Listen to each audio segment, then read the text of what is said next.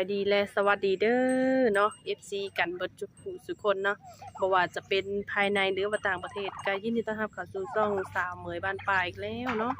มาพบพ่อกับสาวเหมยมื้อนี้ก็ได้มาหาทางสาวโสดหน้าใหม่เนาะก็คือว่าเป็นครั้งแรกครั้งทำอิฐที่ว่าทางสาวเหมยมาถ่ายทำเพิ่นมื้อนี้เนาะก็ยังบ่ฮู้ชื่อเสียงเรียงนามของทางเพิ่นดอกเนี่ยได้ก็สิได้เข้าไปหาทางผู้สาวเพิ่นก่อนเนาะว่าเพิ่นชื่อจังได๋ก็คือว่าผู้สาวนี่งามอลิพ่อแม่พี่น้องเอ้ย เนาะโดยเนี่ยได้กะสิได้เข้าไปหาทางผู้สาวเพิ่นก่อนเด้อเนาะโดยเนี่ยได้กะไปหาเพิ่นเลยเนาะ โดยสบายดีเด้อ เนาะทางสามเมอเองก็ได้มาถ่ายผู้สาวโสดหรือว่ามาหาผู้สาวโสดเลยเนาะก็เป็นครั้งแรกครั้งในชีวิตก่อนอื่นทางสามเมอเองก็สิขออนุญาตถามชื่อทางผู้สาวเพิ่นก่อนเนาะชื่อว่าจังไดเนาะ ซื้อลอย ชื่อลอยอุ้ยชื่อลอยอันชื่อแท้หรือชื่อลิ้นนี่ สิริน ชื่อแท้เลยจ้ะ ไปมณี อ๋อโดยก็สิขออนุญาตเนาะอายุจักปีก่อนจ้ะเนาะ สาวก 26 ปี โอ้ เป็นผู้สาวรุ่นใหญ่นั่นนี่เนาะ อันปัจจุบันนี่ไปเฮ็ดเวียกเฮ็ดงานหยังก็ เฮ็ดงานนิคอน เฮ็ดโรงงานนิคอนอ๋อเฮ็ดจักปีแหละ ได้เกือบปีแล้ว เกือบปีแล้วอ๋อแบบเงินเป็นจังได๋ออกทุกเดือนบ่เงินนี่ เป็นวีค เป็นวีค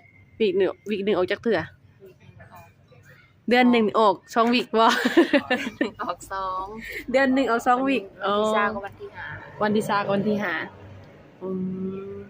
ก็เลยแบบว่าไปเฮ็ดงานปัจจุบันนี่เนาะคันมี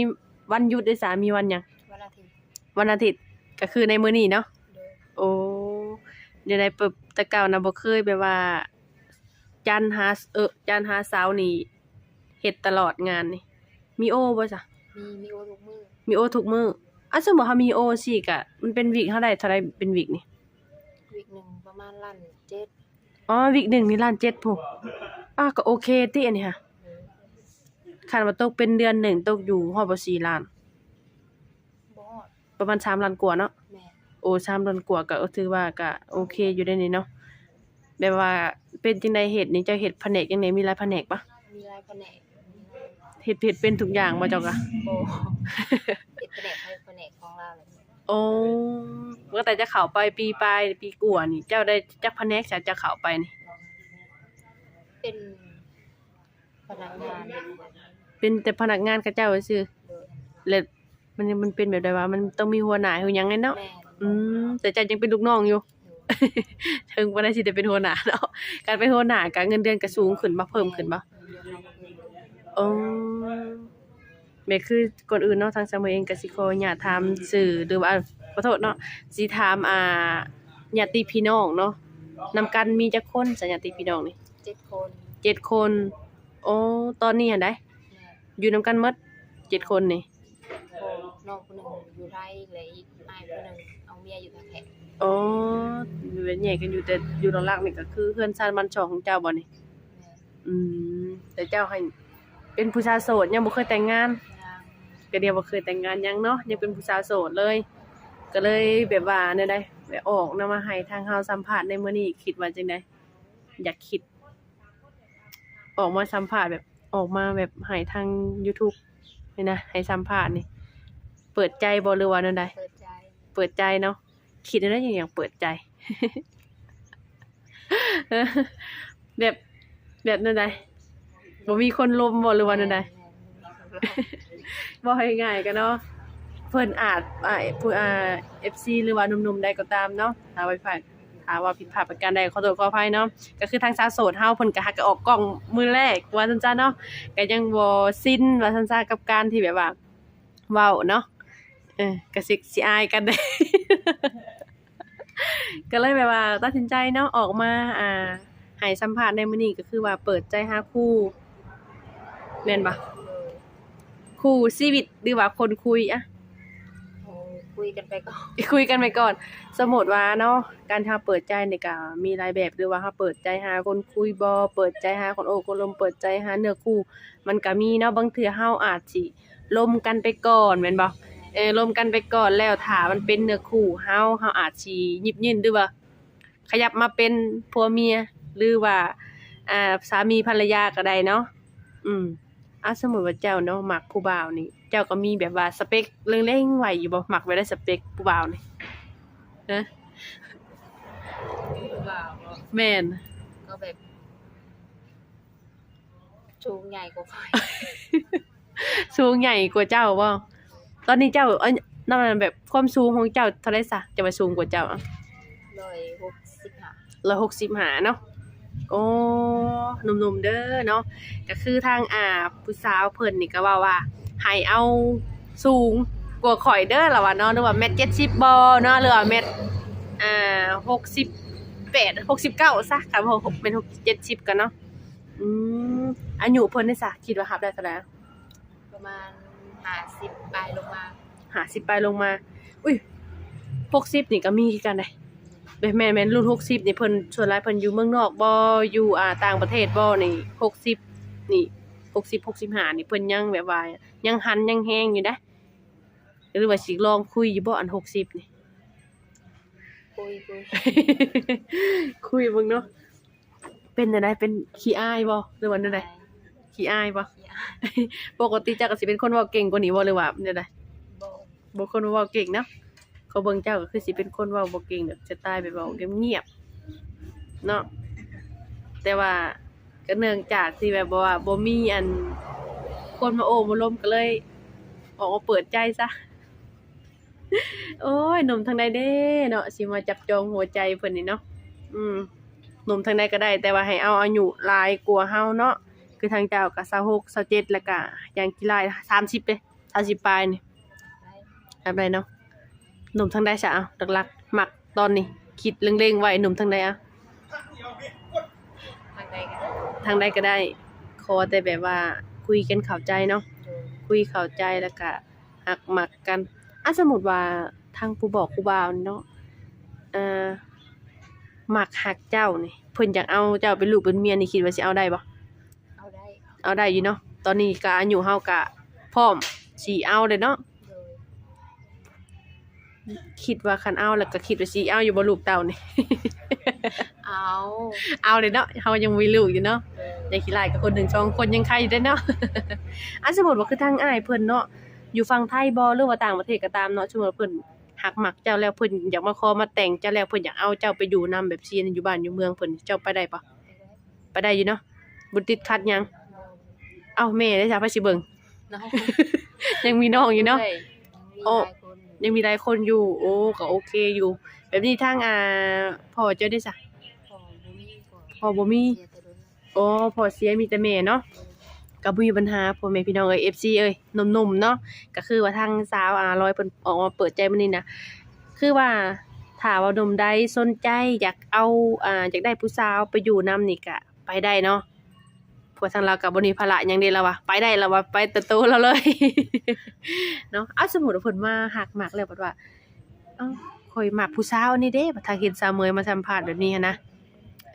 คิดว่าอยากได้แบบจะฮู้จักแบบขดองบ่แบบสิคิดว่าหลายปานใดเอ้าขดองเจ้านี่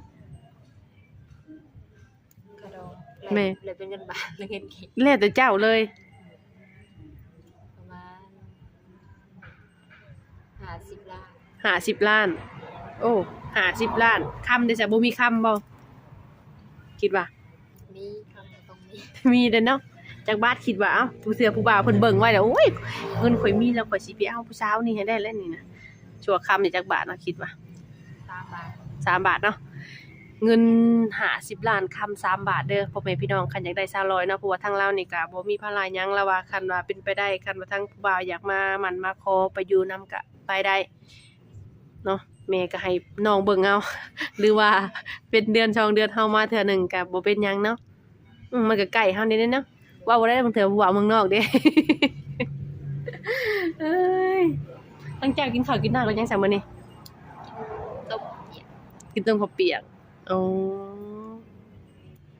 แบบว่าทางเพิ่นก็สิได้ยินเสียงซะเมยหลายกว่าพ่อแม่พี่น้องเอ้ยทางเพิ่นถามคำตอบคำก็ข่อยสิสรรหาคำถามมาใส่สิถามเพิ่น ทางเจ้าก็ได้ทำได้เฮียนอยู่ทางเจ้าก็ เรียนจบม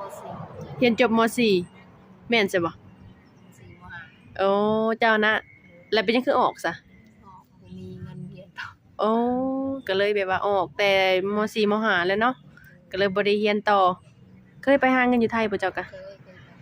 โอ้ไปจักเดือนไปได้3 ปี โอ้ไปได้3ปีโอ้ก็ถือว่าโดนพอสมควรเลยเนาะแล้วบัดนี้ไปไทยฮอด3ปีคิดจังได๋สิยังอยากมาเลยอยากเข้าโรงงานนิคอนบัดนี้ มาแล้วอยู่พุ่นก็บ่มีบ่หางหาเงินบ่ได้คือเดิม อ๋อไปเฮ็ดงานหยังจ้ะว่าคือว่าบ่ได้เงินแท้ งานบ้าน งานบ้าน กินอยู่น้ำเพิ่น ซื้อกินเอง อ้าวคือว่าเป็นอันนั้นเนาะแล้วเพิ่นให้เดือนเท่าใดอะน่ะ 15,000 15,000ซื้อกินเอง ซื้อกินหลายบ่จ๊ะเนาะ กี่หลายแล้ว เนาะเมื่อยเนาะ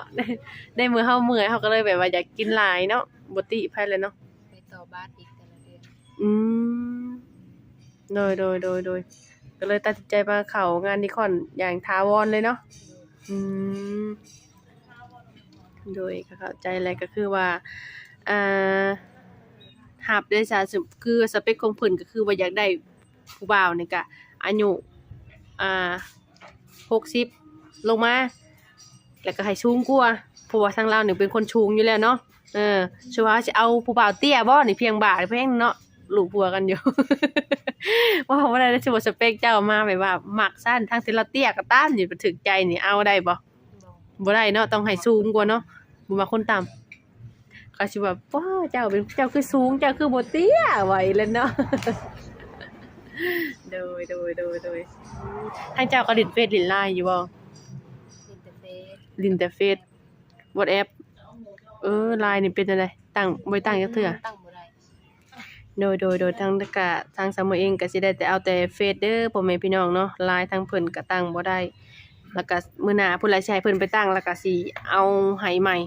เนาะส่วน LINE มันหนุ่มเมืองนอกบ่แบบนี้นะเพิ่นส่วน LINE เพิ่นสิใส่ LINE เป็นพิเศษแบบนี้ซะมันสิเป็นแบบว่าส่วนตัวว่าซั่นซะเนาะ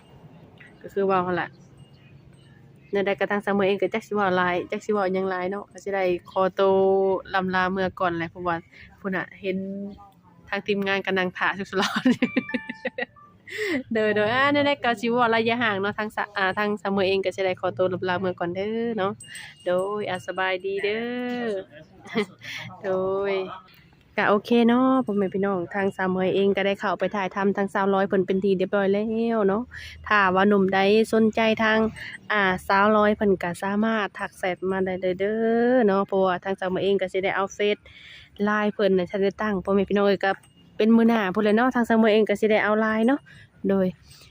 ถ้าว่าทางสาวเมยนี่ว่าผิดพลาดประการใดขอโทษขออภัยเด้อเนาะก็คือว่าทางใดหนุ่มใด อยากได้ทั้งผู้สาวร้อยเพิ่นไปอยู่นำกะเพิ่นก็ไปได้เพราะว่าทางเพิ่นนี่ก็บ่มีภาระหยังพ่อแม่พี่น้องเนาะก็มีทั้ง FC สาวเมืองกันหลายๆคนเนาะที่ว่าอยากได้ผู้สาวโสดไปอยู่นำว่าซั่นซะเนาะก็มาหาให้ได้เนาะเพราะว่าทางเพิ่นนี่ก็พร้อมเพรียมสิไปอยู่นำว่าซั่นซะเนาะโดยอันนี้ได้ก็บ่ว่าระยะห่างเนาะได้ก็ทางสาวเมืองเองก็สิได้ขอตัว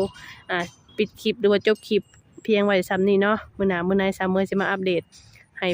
หนุ่มๆเบิ่งอีกเทื่อหนึงเนาะโดยอันนี้ได้ก็บ่ว่าอะไรใจห่างเนาะขอกล่าวคำว่าสบายดี